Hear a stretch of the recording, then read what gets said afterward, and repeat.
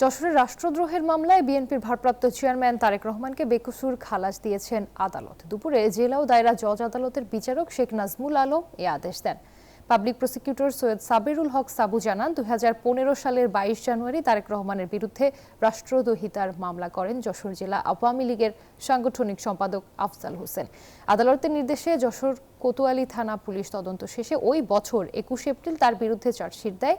এই মামলার সাক্ষ্য প্রমাণে অভিযোগ প্রমাণিত না হয় দীর্ঘ 9 বছর পর আজ তারেক রহমানকে বেকসুর খালাস দিলেন আদালত। 494 ধারা মতে আমরা এটা দাখিল করতে পারি এবং করেছিলাম।